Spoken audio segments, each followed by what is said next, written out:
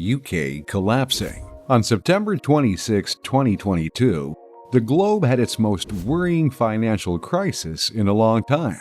The fourth most traded currency in the world, the pound of the United Kingdom, fell more than 5% in a single day, effectively reaching parity with the dollar. The British pound struck an all-time low versus the US dollar and dropped to $1.03. To put it in another way, this is the lowest time in British history. The significant decline caused British residents to lose 5% of their total savings daily. Nearly 50% of the nation's private pension savings were in danger of being destroyed by the catastrophe, although it was narrowly avoided. Since the 1930s, Britain has experienced an autumn financial crisis almost every 15 years that has signaled global upheavals a few years later. The recent high collapses of the pound, the UK's bond market, and its pension system are likely to reverberate worldwide. Power outages, sky-high bills, water shortages, poor public services, excessive taxes, and a faltering economy, Britain's descent into disaster, our astounding, seemingly quickening fall, is awful, but not unexpected. At the start of the 20th century, Britain's power began to erode. Britain was increasingly challenged by many other industrializing nations. As Germany expanded its naval power, Britain saw its position as the dominant naval force of the world weaken. The UK had one of the greatest economies in the world 15 years ago, but the nation is currently experiencing a serious economic crisis. Everyone now wonders what happened during this time to cause the country to deteriorate to such an extent. Let's examine the country's history to see where everything went wrong. In 1980, Margaret made a series of economic decisions to change the course of the British economy. It had 4 key features: tax cut for the rich, welfare cut for the poor, privatization of public assets, and big bang financial deregulation. Britain, once the world's largest industrial power, abruptly began deindustrializing. Formerly prosperous mining towns and industrial communities became hotspots for crime and unemployment. Manufacturing made up 30% of the British economy when Thatcher came into power. It now makes up less than 10%. This was evident in the UK's income distribution beginning in the 1980s. While the share of the poorest 50% has decreased, that of the richest 10% has increased considerably. Prior to the global financial crisis of 2008-2009, they were on the verge of falling below the richest 1% in terms of income share. If things had remained that way, by now, the top 1% as a whole would have been earning more than the poorest 50%. By adopting this Thatcher policy, the UK lost its position as one of the world's largest exporters of goods and instead became one of the 2 most import-dependent countries in the world, ranking 126 out of 127 countries in terms of trade balance in 2020.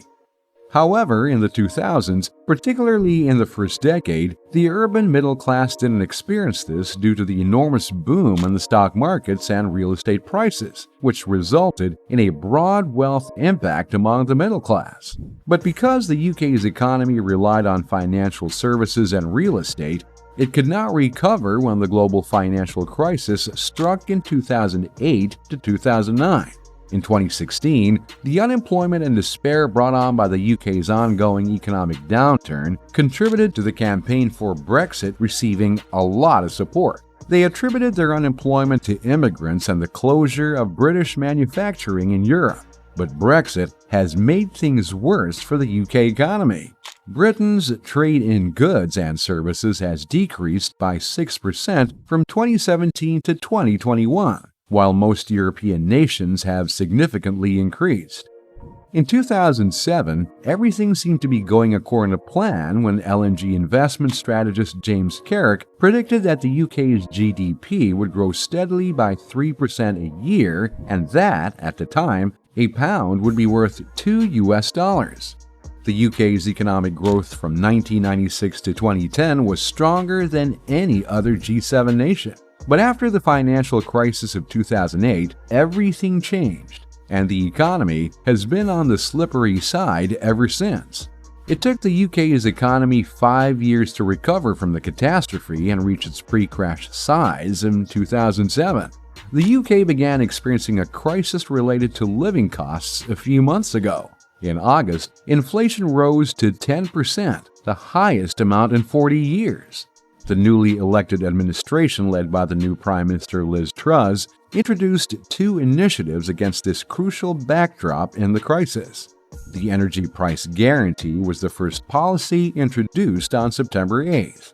The government was supposed to set a cap on energy costs for the next 2 years of about £2,500 per year for the typical family. This is set to save £1,000 a year. Without a budget to support such costs, the plan is expected to cost around £100 billion in the first year. The policy will only be financed by inflationary government debt through bond issuance. The second policy was introduced by Kwasi Kwarteng, a new finance minister, on September 23, 2022.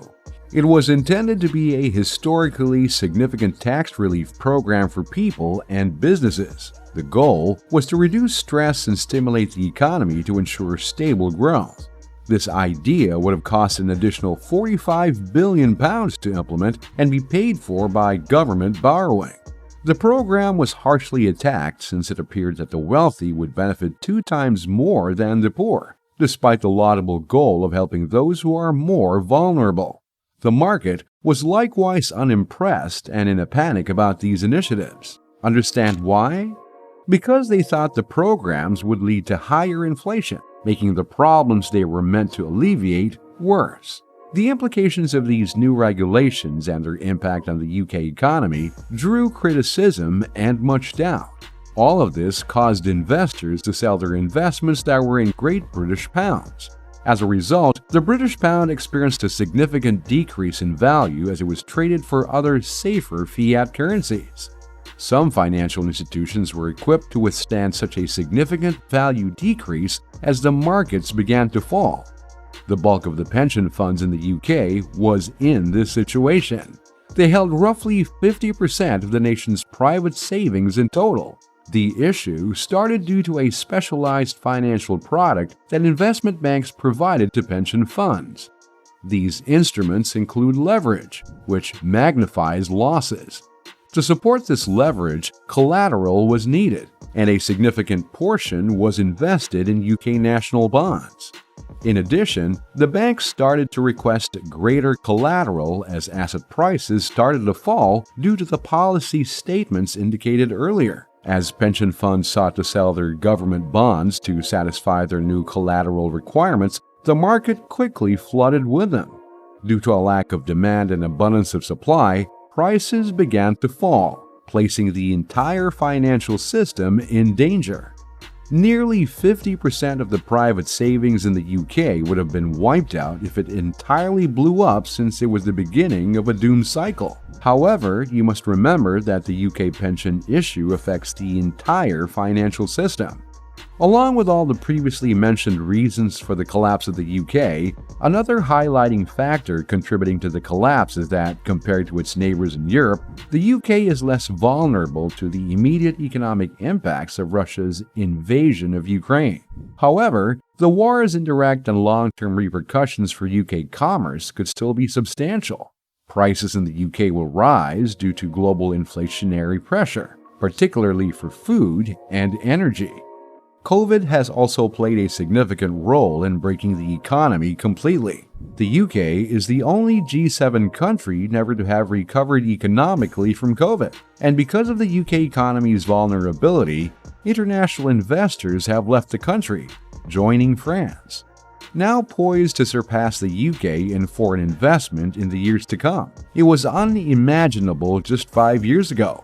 But trust me when I say that this is nothing compared to what's been happening in the past year, because almost immediately after the country opened up again, it would be served with a new fresh crisis.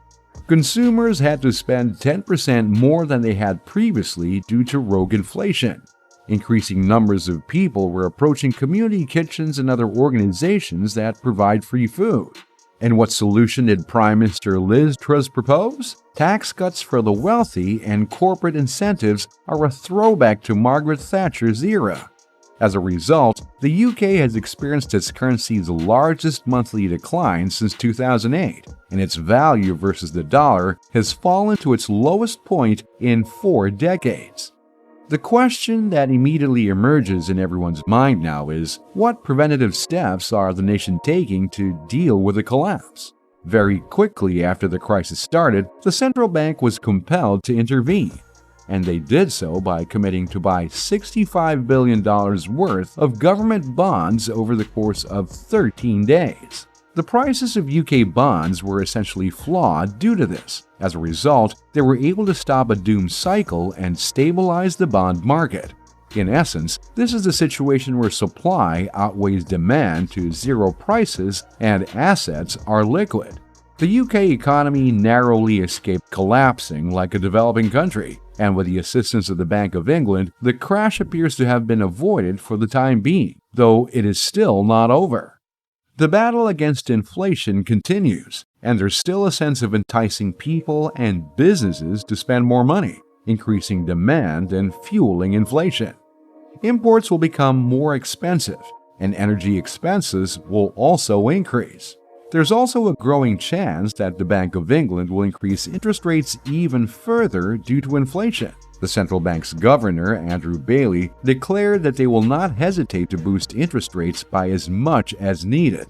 According to Mohammed El Arian, the UK is incredibly incompetent, and according to the BBC, serious urgent actions were needed owing to material dangers to the financial stability of the UK because several pension funds in the country were in danger of collapsing. Previously, $1 was equivalent to 50 British pence, but the ratio is now practically 1. According to the 2019 EY Item Club Autumn Forecast, the UK economy is anticipated to remain in a state of recession until the middle of 2023 due to high energy prices, soaring inflation, rising interest rates, and global economic weakness. This means that the crisis will not be over anytime soon, and England will have to devise reliable strategic methods if it wants to save its country from drowning. Is the worst now than past because the frantic price increase in the UK bond market has also subsided? No. The Bank of England's £65 billion band-aid and a report that Prime Minister Liz Truss will consult more people on her failing proposals have temporarily soothed the markets. The market fervently hopes that the administration will take meaningful action to resolve the country's issues. And if the economic crisis continues, it is only a matter of time until the UK loses its power and becomes a slave to some other country. Although the value of the pound in the stock market has partially recovered, nothing has changed for the average British citizen on the ground. Nothing will change if the UK continues its terrible pro-rich, pro-market, and pro-privatization policies. As a result of this crisis, England needs to step up its game immediately, or it risks losing all of its attractiveness, given that many people have migrated while others are considering it. The world has yet to see England overcome this and come back as a more economically powerful country for which it was formerly known across many developed and developing countries.